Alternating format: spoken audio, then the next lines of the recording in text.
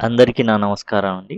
కొత్తగా వచ్చినటువంటి text book ఏదైతే ఫోర్త్ క్లాస్ ఇంగ్లీష్ కొత్త టెక్స్ట్ బుక్ క్లోజమ్స్ ఏదైతే ఉందో పేజ్ నెంబర్ 20లో వొకాబులరీ ఉంది. ఇందులో ఏంటంటే ఏకవచనం నుంచి బహువచనంలోకి మార్చుకోవడం ఎట్లా ఒక పదాన్ని. దీనిలో మనం చూసుకుంటే అండి ఆల్రెడీ మనం వీటి గురించి చర్చించుకున్నాం. ఎక్కడంటే పేజ్ నెంబర్ 5లో యాక్టివిటీ 3లో ఆల్రెడీ మనం వీటిని చూడడం జరిగింది. ఒకసారి మీరు కూడా చూడండి. అందులో కొన్ని రూల్స్ చెప్పుకున్నాం. జనరల్‌గా ఏందంటే ఒక పదానికి ఎస్ చేరుస్తాం. ఎప్పుడు చేరుస్తాం? మామూలుగా బాయ్ ఉంది. ఎస్ చేరుస్తాం బాయ్స్ అవుతుంది. గర్ల్ అని ఉంది. ఎస్ చేరుస్తాం గర్ల్స్ అవుతుంది. అలా కాకుండా ఈ పదం చివర గనక ఎస్ వస్తే డబుల్ ఎస్ తర్వాత డబుల్ ఎస్ తర్వాత చివరిలో సీహెచ్ వాచ్ అనేది ఉంది. గడియారం. దాన్ని బహువచనంలోకి మార్చాలంటే వాచెస్. ఎస్హెచ్ చివరిలో ఉంటే జెడ్ చివరిలో ఉంటే ఈఎస్ అనేది చేరుస్తాం. అట్లా కాకుండా ఎఫ్ గనక ఆ పదం చివరిలో ఉంటే విఈఎస్ అనేది ఎఫ్ తీసేసి విఈఎస్ అనేది వస్తుందని. వై ఉంటే ఆ వైని తొలగించి దాని బదులు ఐఈఎస్ వస్తుందని. కానీ ఏ సందర్భాల్లో ఒకవేళ ఆ వై ముందు గనక అచ్చు శబ్దం గనక ఉండుంటే అప్పుడు మామూలుగా ఎస్ చేరుస్తామని. అట్లానే ఓ ఉన్న సందర్భంలో ఈఎస్ చేరుస్తామని. ఇవన్నీ కూడా రూల్స్ మనం గత వీడియోస్లో మనం చెప్పుకోవడం జరిగింది. అయితే ఇప్పుడు ఏంటంటే ఈ వొకాబులరీ దాంట్లో రెగ్యులర్ ఫార్మాట్లో కాకుండా అండ్ కొంచెం ఇర్రెగ్యులర్‌గా కూడా కొన్ని ప్లూరల్ ఫార్మ్స్ అనేవి వర్డ్ అనేది ప్లూరల్‌గా మార్చేటప్పుడు ఇంకొన్ని మార్పులు, చేర్పులు కూడా జరుగుతూ ఉంటాయి. వీటిని పేజ్ నెంబర్ 20లో ఇవ్వడం జరిగింది. మ్యాన్ ఉంది. మ్యాన్స్ అవ్వరు. మెన్ అనేది అవుతుంది. ఏ కాస్త ఈ మారుతుంది. ఇక్కడ కూడా వుమన్‌లో అప్పుడు విమెన్ అవుతుంది. ఎంఈఎన్ ఇక్కడ కూడా మ్యాన్ కాస్త మెన్‌గానే మారుతుంది ఇక్కడ కూడా. ఇక ఫీట్‌గా, గీస్‌గా, మౌస్ మైస్, లవ్స్ లైస్, టీత్. ఇక్కడ మీరు గమనిస్తే 2 ఓలు 2 ఈలుగా ఓకేనా? ఆ తర్వాత ఓయు కాస్త ఐగా ఓయుఐ 2 ఓలు 2 ఈలుగా జనరల్‌గా ఇందులో మారడం అనేది జరిగింది ఇచ్చిన వాటిలో గమనించుకుంటే మాత్రం. ఇక యాక్టివిటీ 4 అండి పేజ్ నెంబర్ 22లో ఉంది. I brush my dash in the morning tooth అని ఇచ్చారు. జనరల్‌గా ఏందంటే ప్లూరల్ రాయాలి. నా పళ్ళు తోమకుండా నా పన్ను తోమకుండా ఒక్కొక్క పన్ను పట్టుకొని తోముకోం కదా!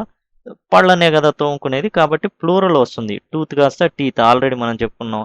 అంటే ఇచ్చిన వాటిలో 2 ఓలు ఉంటే దాని ప్లేస్‌లో 2 ఈలు వచ్చినాయని. అంటే ఓయు ఉన్నప్పుడు ఆ ఓయు ప్లేస్‌లో ఐ వచ్చినాయని. అదిగోండి 2 ఓలు 2 ఈలు 2 ఓలు 2 ఈలు ఆ విధంగా అనమాట.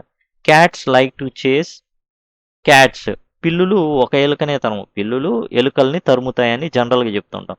కాబట్టి మౌస్ యొక్క ప్లూరల్ ఫార్మ్ మైస్ ఈ విధంగా రావడం.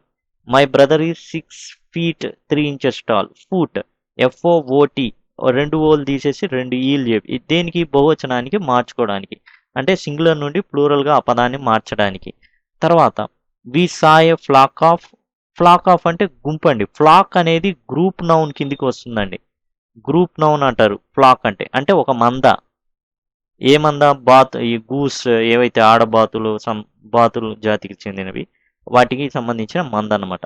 గూస్ యొక్క plural form geese. We saw a flock of geese in the lake. ఇక్కడ మనం చూసుకుంటే సార్ ఇవన్నీ మనం చూసుకొని ఎగ్జామ్ పాయింట్ ఆఫ్ వ్యూలో అయింది. చూడండి ఇది ఎగ్జామ్ పాయింట్ ఆఫ్ లో చాలా ఇంపార్టెంట్ అండి. ఎట్లా అంటే సబ్జెక్ట్ వెర్బ్ అగ్రిమెంట్ కింద ఇస్తారండి వీటిని. ఎట్లా అంటే ఇప్పుడు టూత్ అంటే మీరు ఈజ్ అని పెట్టొచ్చు. కానీ టీత్ అంటే ఆర్ పెట్టాల్సి ఉంటుంది. ఆ విధంగా. ఇప్పుడు ఏ ఫ్లాక్ ఆఫ్ గీస్ ఉంది. ఏ ఫ్లాక్ ఆఫ్ గీస్‌కి మీకు వెర్బ్ ఎట్లా వస్తుంది? సింగులర్ ఫామ్‌లోనే వస్తుంది. దానికి కారణం ఏందంటే ఏని బట్టి. ఇక్కడ గీస్ అనేది ప్లూరల్ అవ్వచ్చు. కానీ ఏ అని అని ఎప్పుడైతే ఒక మంద అని ఎప్పుడైతే పడుతుందో అక్కడ మనకి సింగులర్ ఫామ్‌లోనే వెర్బ్ అనేది జనరేట్ అవుతుంది. కాబట్టి ఆ విషయాన్ని మనం మర్చిపోకూడదనమాట. ఈ విధంగా ఈ ప్లూరల్స్ అనేవి ఉపయోగపడతాయి. సబ్జెక్ట్ వెర్బ్ అగ్రిమెంట్‌లో మనకి ఎగ్జామ్‌లో ఏం లేదండి. వీటిని ఇది ముడి సరుకులాగా మీరు చూడాలి. ముడి సరుకులాగా మాత్రమే పనికొస్తుంది.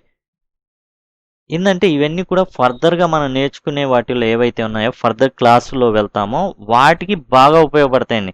ఇదే క్లాస్‌లో సబ్జెక్ట్ వెర్బ్ అగ్రిమెంట్ కూడా ఉందండి. కాబట్టి ఇవన్నీ కూడా నెక్స్ట్ క్లాస్‌లో ఫర్దర్‌గా వెళ్ళేటప్పుడు అర్థం అవ్వడానికి ఉపయోగపడతాయి. కాబట్టి వీటిని మాత్రం ఏమాత్రం నిర్లక్ష్యం చేయొచ్చు. ఫోర్త్ క్లాసా నాకు తెలీదా ఇట్లాంటివి ఉండకూడదు. దయచేసి వీటిని కూడా కంపల్సరీ మీరు నిర్లక్ష్యం చేయకుండా ఆ టెక్స్ట్ బుక్‌ని కూడా చదవండి.